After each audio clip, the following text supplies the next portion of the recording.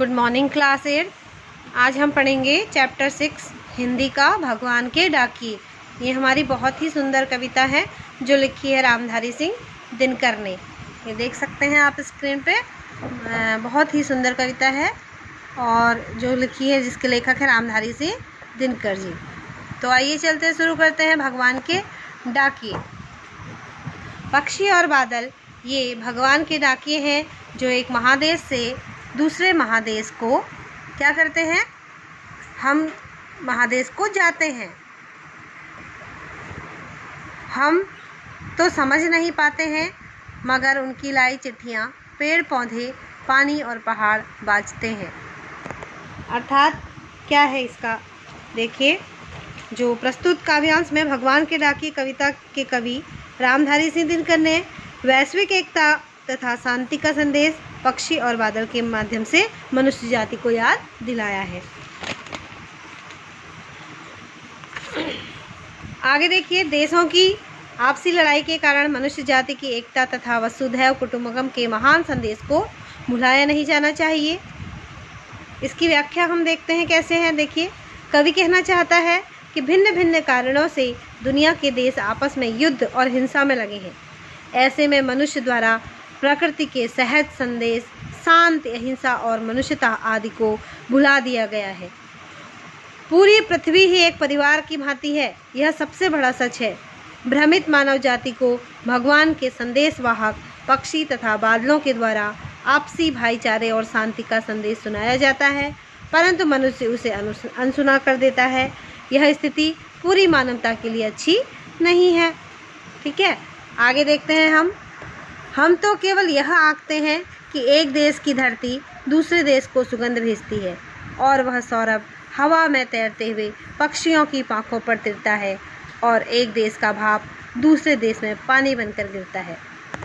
अर्थात क्या है इसका मतलब देखिए। कवि रामधारी सिंह ने अनुमान लगाया कि पक्षी और बादल द्वारा जो संदेश एक देश से दूसरे देश को ले जाया जाता है वह प्रेम और भाईचारे का प्रतीक है।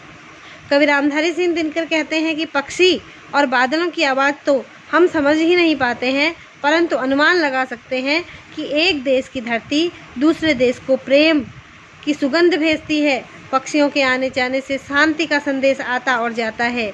इसी प्रकार एक देश से उड़कर बादल जब दूसरे देश में जाकर मेघ बरसाता है तो वह आपसी भेदभाव को मिटा देता है।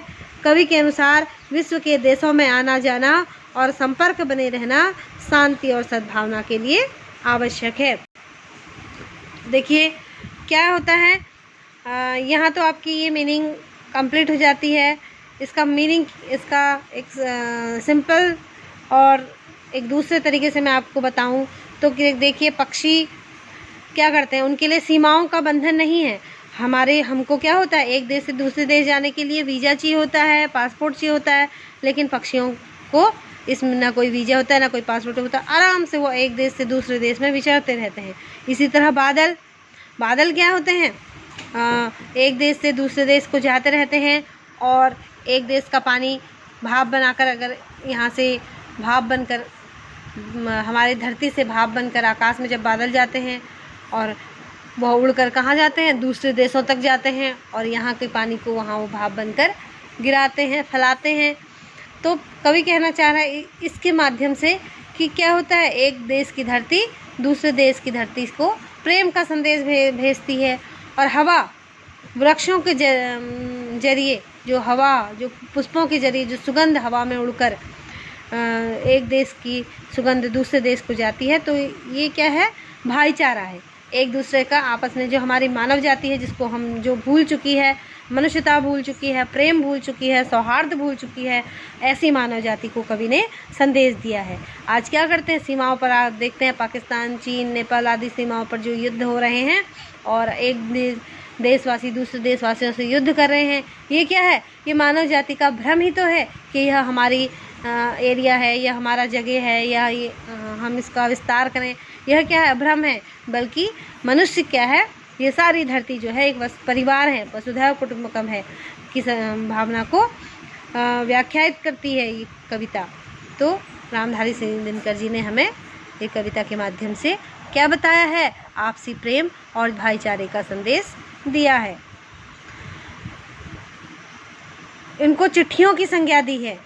जो पक्षी और बादल, पक्षियों को क्या कहा है कि ये चहचहाते हैं तो एक देश का संदेश दूसरे देश में लाते हैं, और बादल जो हैं वो एक देश से उड़कर दूसरे देश में जाते हैं और जब मेघ बरसाते हैं तो ये एक संदेशा देते हैं। मगर उनकी लाई चिट्ठियाँ, जो चिट्ठियाँ हैं, जो संदेश है उनका, जो मूक संदेश है, वो कौन समझ सकता है? पेड़ पौधे, पानी और पहाड़ बाँचते हैं, यानी कि समझ लेते हैं। पेड़ पौधे और पानी जो होते हैं उनकी भाषा को समझ लेते हैं, लेकिन मनुष्य यहाँ पर उस भाषा को नहीं समझ पाता है। ठीक है। पक्षियों की पाँखों में तिरता है, एक देश का भाप दूसरे देश में पानी बनकर गिरता है। देखो, और वह सौरभ हवा में तैरते हुए पक्षियों की पाँखों में तिरता है, यानी कि जो सुगंध है, जो खुशबू है, उसको जो हवा एक देश से उड़ाकर दूसरे देश में ले जाती है, वह हवा, वो का सौरभ जो है वो उड़ते हुए पक्षियों में के पंखों में भी तैरता हुआ दिखाई देता है, यानी कि उनके पंखों को लहराता है जिस हवा में, वह उस हवा में सुगंध है और वह सुगंध उसके जरिए दूसरे देश तक पहुंचती है। और एक देश का भाप दूसरे देश में पानी बनकर गिरता है, यानी कि जो बादल भाप लेकर भाप का, जो पानी का भाप बनकर अपने साथ ले जाते हैं, जो पानी, उस पानी को जब वो दूसरे देश में बारिश बनकर गिराते हैं तो उस देश की धरती धन्य हो जाती है। ठीक है। तो उम्मीद है बच्चों इतना आपको समझ में आ गया होगा। इसके शब्दार्थ मैं आपको भेजूंगी। इस कविता को आप लिखिए।